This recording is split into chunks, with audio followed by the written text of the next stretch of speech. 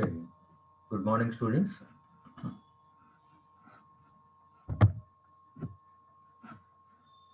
Today, the first hour has been changed to third hour. Okay, so for that purpose, I am taking DCS for the first class, that is first period. We are able to complete the syllabus regarding Unit 1. Okay, so in the previous class, we have seen three different topics. One is sampling process. Second one is sample and hold circuits along with the applications. And next one is the frequency characteristics of a zero order hold circuit. So for this today's class, we are going to discuss we are going to discuss an important topic which comes in our external exam, that is sampling theorem. So some of the students are familiar about the sampling theorem. Why? Because this sampling theorem has been learned by you in our second year, second semester itself. Why? Because in your second semester, second year, second semester, or third year, first semester, you people are familiar about the signals and systems subject. In that signals and systems subject, we are able to know about this sampling theorem.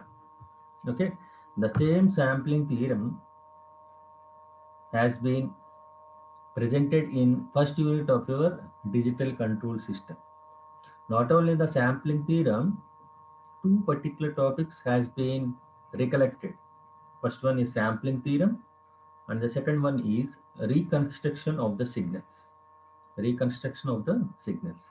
These two topics are very familiar. That means these are well known to you. Why? Because these two topics has been covered in subject signals and systems. Okay. In this class, once again, I am going to explain the sampling theorem along with proof. Along with proof. Okay. Before entering into the final output, final output, that means final case study, let me explain the statement of the sampling theorem. Statement. Okay. Now, this is the statement. Once again, let me read the statement of the sampling theorem for a while.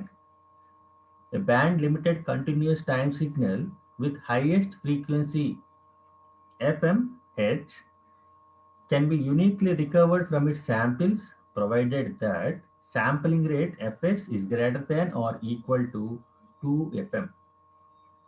That means when you consider a band limited continuous signal, the highest frequency of that band limited continuous signal is FM. That means the frequency of the band limited, the maximum frequency of the band limited continuous signal is FM hertz. Units are hertz. That particular band limited time signal can be recovered from the samples, can be recovered from the samples with a condition that the sampling rate capital Fs is greater than or equal to 2 into Fm. 2 into Fm means 2 times of the maximum frequency of band limited continuous time signal. That means, is it clear to you? Once again, I'm going to explain. If you consider a band limited continuous time signal which is having a highest frequency of FM, that particular signal can be reconstructed or recovered from the samples with a condition that the sampling rate Fs is greater than or equal to 2 times of the maximum frequency of the band limited continuous time signal. Okay. This is the statement of the sampling theorem. That means Fs should be greater than or equal to 2 into Fm. 2 into Fm. And the units are going to be calculated in samples per second. That means in 1 second, how many samples is going to be produced, or how many samples are going to be recovered as a original signal. Okay, let me explain the proof of the sampling theorem. So for this derivative part of the proof, we must be familiar about the Fourier transform and also the convolution property. Fourier transform and convolution property. In meanwhile, I will once again recollect that particular two topics. Don't worry. So, what is the need of the sampling theorem? What we are going to find, that is, from the sampling theorem, one can infer that knowledge of the frequency content of a signal is essential while choosing the sampling frequency. So that means in order to determine the sampling frequency, one must have a knowledge of frequency content of a signal. So if you want to calculate the sampling frequency, we must be familiar about the frequency range of that particular signal. In order to calculate the sampling frequency, we must be familiar about the frequency bandwidth of that particular signal. Okay. For that, for that, that means in case of the digital signal processing or discrete signal processing, that means process from one to another. So in case of this discrete, the time intervals are going to be converted into the binary code. That means the signal is going to be divided into discrete parts, and the discrete parts has been converted into the binary codes, and that particular conversion is called as quantization and coding. Quantization and coding. That means in case of the digital means a sampled signal. That means the signal, original analog signal is going to be divided into discrete parts, has been converted into the binary codes. Not only the analog signal is going to be converted into the discrete, again that particular discrete is going to be converted into the binary codes, and that particular conversion is called as quantization and coding. Quantization and coding. Okay. So in this one, that means in this particular sampling process,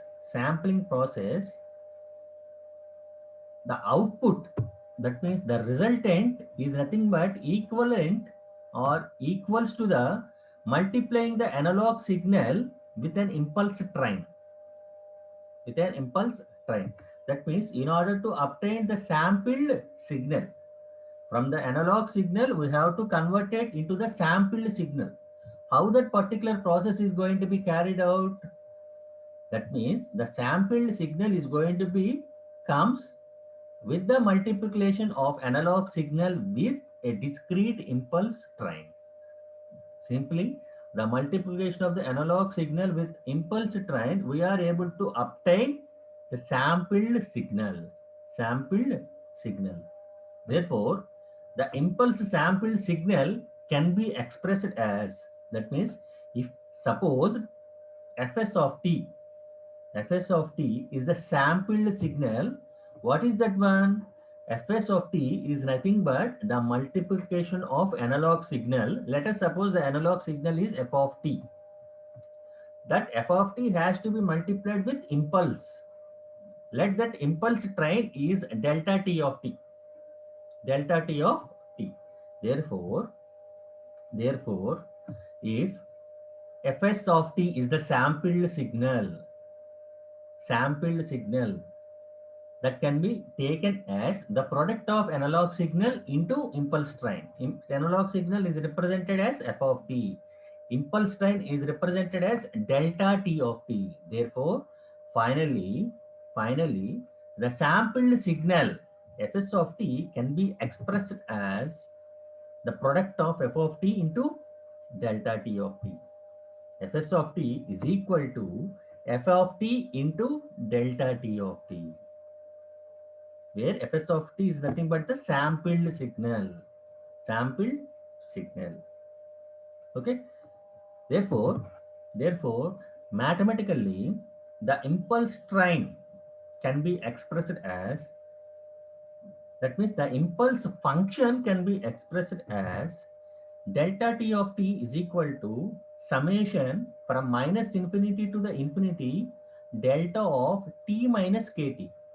T minus kt means, let us suppose if t is a starting position, that means that starting position of conversion of analog to the sample, and that particular portion is going to be carried out until next time interval is going to be obtained. Let us suppose the next time interval is k into t. This particular meanwhile time interval is going to be taken as impulse train. Impulse train. The starting position of conversion of analog signal to the sampled signal is taken as t, and the next time interval occurrence is kt. Therefore, the impulse time between these two particular samples is going to be taken as delta of t minus kt. Delta of t minus kt. That means the impulse train is going to be represented as delta t of t is equal to summation from k is equal to minus infinity to infinity delta of t minus kt. Delta of t minus kt. Okay. Therefore, the sample signal fs of t can be represented as f of t into summation from minus infinity to infinity delta of t minus kt. Delta of t minus kt. Okay. Next one. The same thing has been represented. The same thing has been represented here itself. That is, delta has been separated. Fs of t, that means sampled signal fs of t is equal to delta into f of t into summation sigma k tends from minus infinity to the infinity delta of t minus kt. Delta of t minus kt.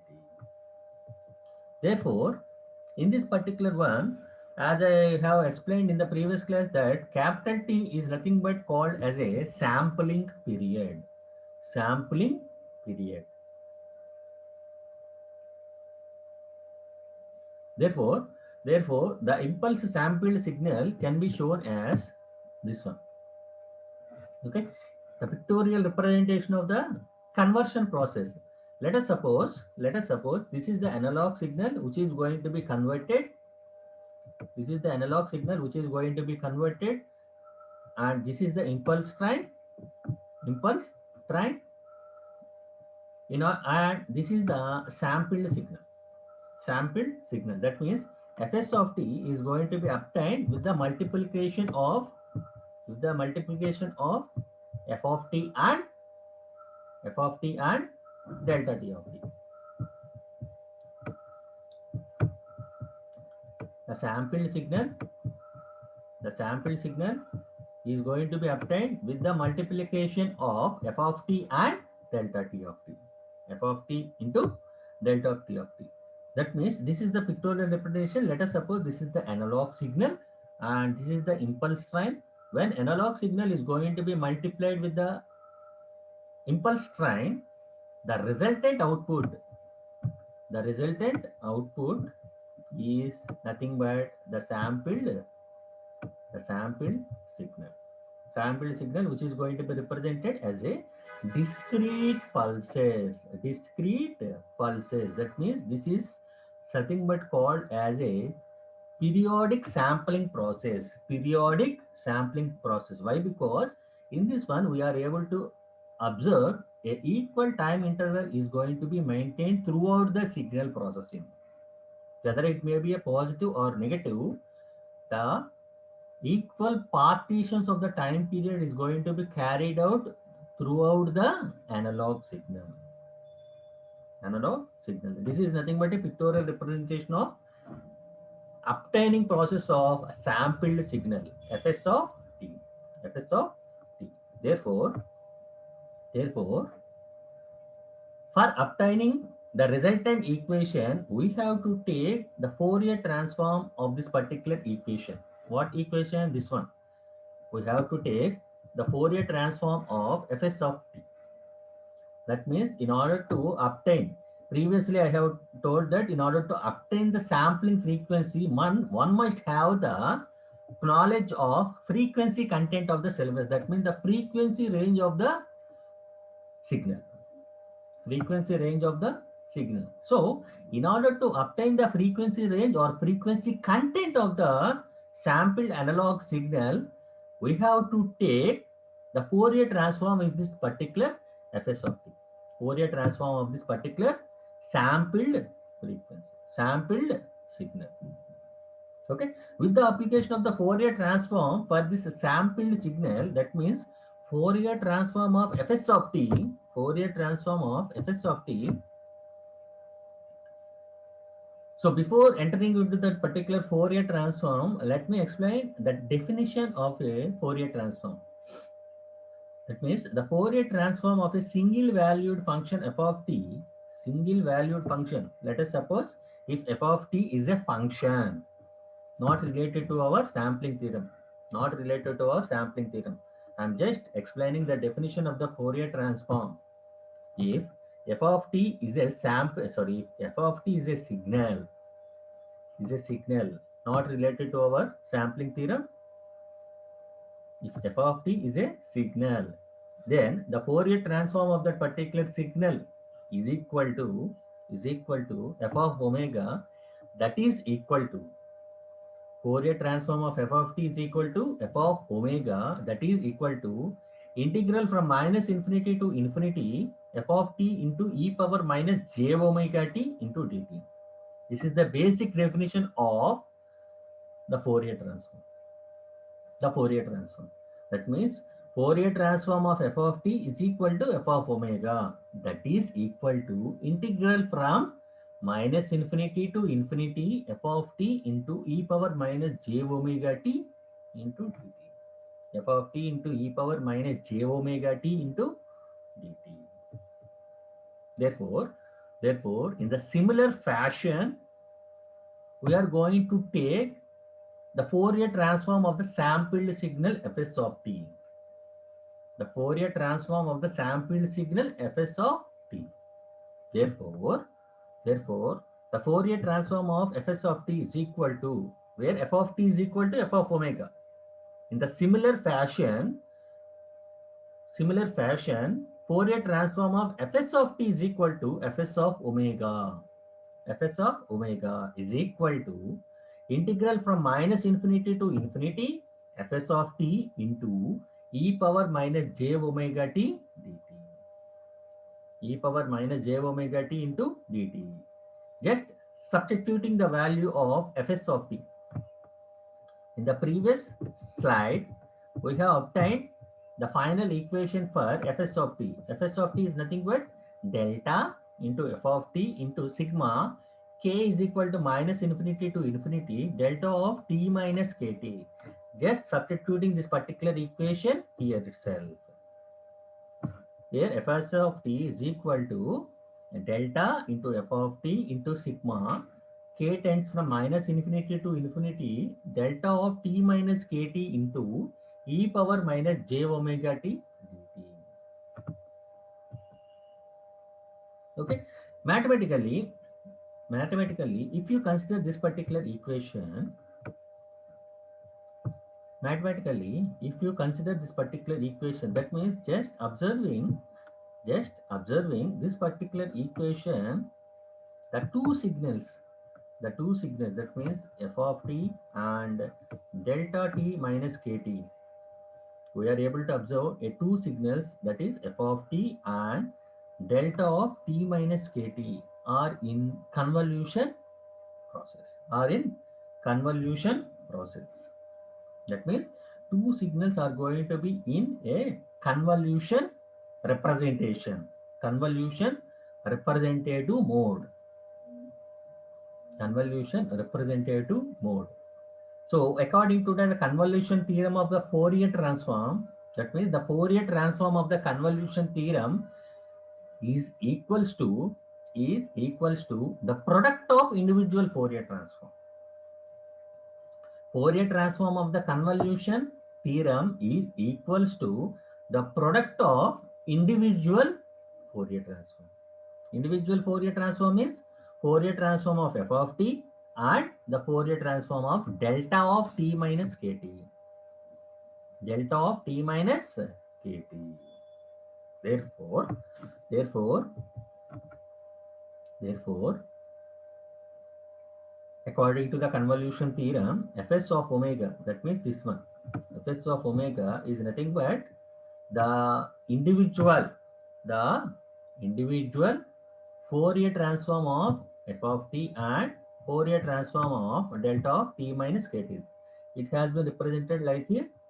Fs of omega is equal to delta divided by 2 pi, delta divided by 2 pi into Fourier transform of f of t into Fourier transform of delta of t minus kt. Delta of t minus kt. Therefore, where f of t, Fourier transform of f of t is nothing but f of omega, and the Fourier transform of delta of t minus kt is equal to delta of t minus kt is equal to omega s into sigma k tends from minus infinity to infinity delta of omega minus k omega s. K omega s, the Fourier transform of the impulse train, that is sigma k tends from minus infinity to infinity, delta of t minus kt is equal to omega s into sigma k tends from minus infinity to infinity, delta of omega minus k omega s. Delta of omega minus k omega s. Where here this particular omega s, this omega s is nothing but called as a sampling frequency, which is represented in radians per second. Omega s is equal to 2 pi divided by capital T. 2 pi divided by capital T is equal to sampling frequency in radians per second. Therefore, just substituting these two values in the previous equation. That means fs of omega is equal to delta divided by 2 pi into f of omega into omega s. This one, omega f of t is nothing but f of omega, and the second Fourier transform is omega s into sigma k tends from minus infinity to infinity omega delta of omega minus k into omega. Separating the factorial parts, separating this particular factorial parts, delta divided by 2 pi into this one, where omega s is going to be represented 2 pi by t. Delta divided by 2 pi into 2 pi divided by t into sigma from k tends to minus infinity to infinity into f of omega into delta of omega minus k omega s. Okay. So, but in case of the Fourier transform, if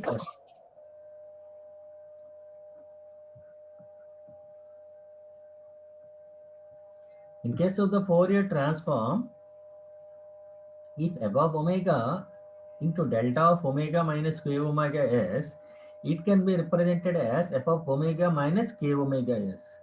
F of omega minus k omega s. Therefore, in the similar fashion, cancellation of this particular two values, 2 pi and 2 pi, we are just having with the application of this particular principle, we are having fs of omega is equal to sigma k tends from minus infinity to infinity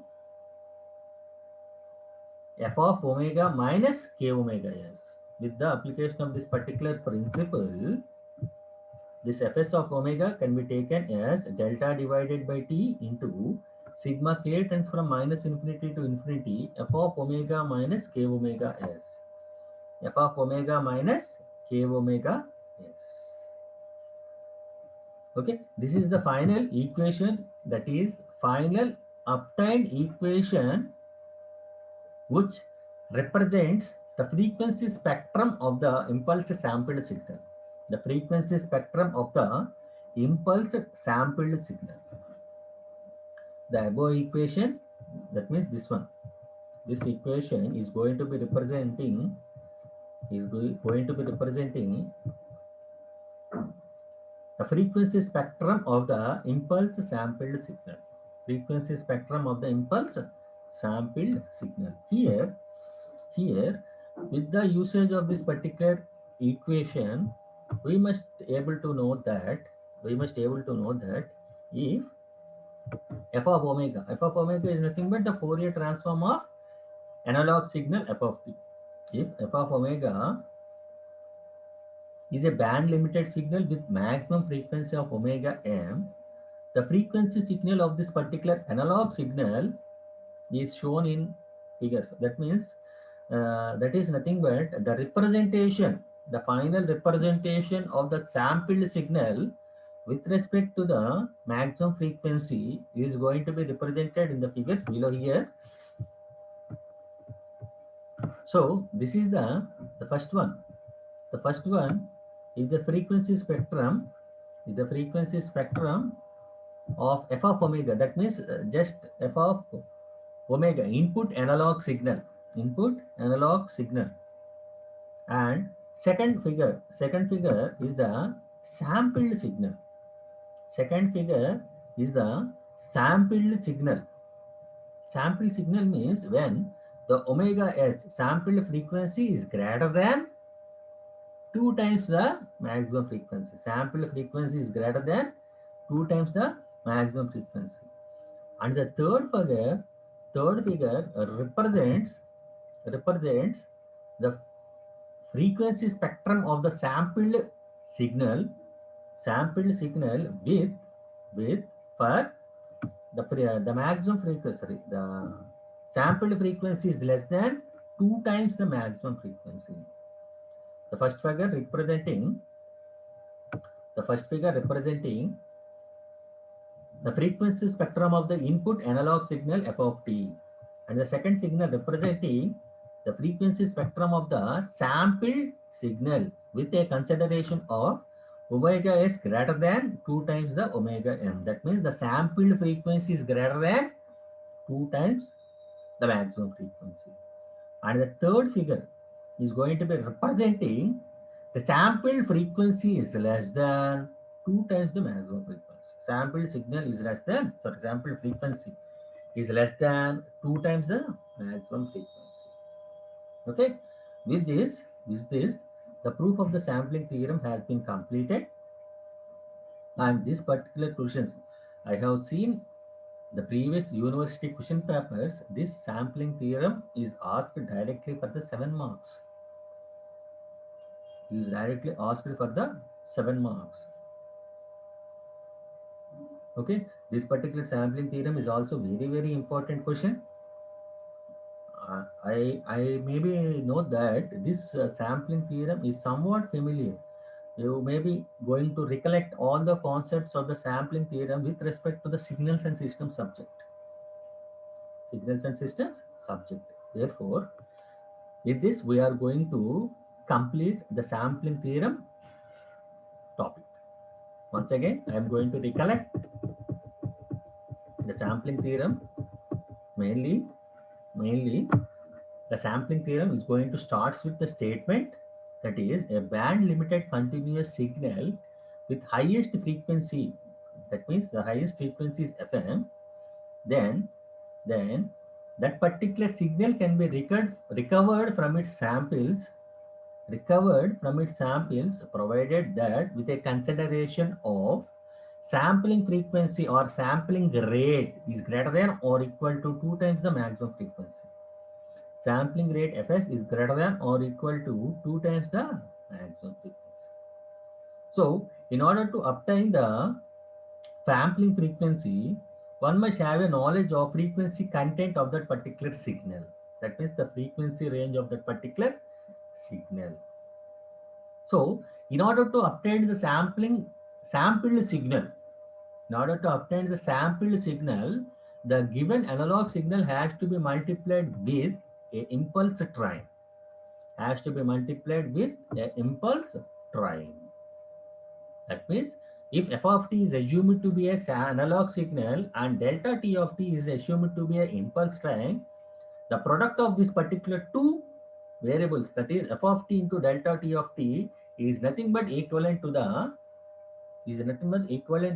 sampled signal. Therefore, if fs of t is the sampled signal, that can be taken as the product of f of t into delta t of t. F of t into delta t of t. So, in mathematical form, the impulse time delta t of t can be represented as sigma k tends from minus infinity to infinity if k is taken as a time period. Therefore, delta of t minus k into t. T is nothing but the starting position of the signal and kt is the time instant of the next sample is going to be approached. Next sample is going to be approached. Therefore, delta of t minus kt. So, just multiplication of this particular two signals, we are going to obtain fs of t is equal to delta into f of t into sigma k tends from minus infinity to infinity delta of t minus kt. Delta of t minus kt. Therefore, in order to represent as a pictorial representation, this is the analog signal and this is the impulse train. With the product of this analog signal with the impulse train, we are going to obtain this particular sampled signal. Therefore, in order to obtain the final expression, that means the frequency content of the sampled signal, we have to take the application of the Fourier transform for this particular sampled signal. That means this particular equation. So before entering to the Fourier transform, what is the basic definition of the Fourier transform? If f of t is considered as a signal apart from the sampling theorem procedure, the Fourier transform of f of t is equal to f of omega, that is equals to integral from minus infinity to infinity f of t into e power minus j omega t into dt. F of t into e power minus j omega t into dt. Therefore, in the similar fashion, we are going to take the Fourier transform of this particular sampled signal fs of t. Sampled signal fs of t. Therefore, the Fourier transform of the sampled signal fs of t is equal to f of t is going to be taken as f of omega. In the similar fashion, fs of t is going to be taken as fs of omega is equal to integral from minus infinity to infinity fs of t into e power minus j omega t dt. That is going to be taken as integral from minus infinity to infinity delta into f of t into sigma k tends from minus infinity to infinity delta of t minus kt into e power minus j omega t dt. So by seeing this particular equation, we are able to observe that these two signals are in convolution process. So, according to the convolution process of the Fourier transform, the convolution theorem of the Fourier transform is equals to the product of individual Fourier transform. Therefore, fs of omega is equal to delta divided by 2 pi into Fourier transform of f of t one signal and Fourier transform of delta of t minus kt. So f of t Fourier transform is f of omega, delta of t minus kt is equal to omega s into sigma k tends from minus infinity to infinity delta of omega minus k omega s. where omega s is nothing but the sampling frequency, which is taken in radians per second. Radians per second. Therefore, therefore, fs of omega is equal to fs of omega is equal to delta divided by 2 pi into f of omega into omega s into sigma k tends from minus infinity to infinity delta of omega minus k omega s. So upon certain calculation, we are going to get the output of this particular sampled signal with the application of this particular principle. The Fourier transform of the sampled signal is nothing but fs of omega is equal to delta divided by t into sigma k tends from minus infinity to infinity into f of omega minus k omega s. F of omega minus k omega s. So this is the final equation. That means the frequency content or frequency spectrum of the impulse sampled signal. Frequency spectrum of the impulse sampled signal. So, so in order to represent this frequency spectrum of this sampled signal, we are going to take the pictorial representation. The first figure representing the Fourier transform of the signal which is taken, that is f of t, and the second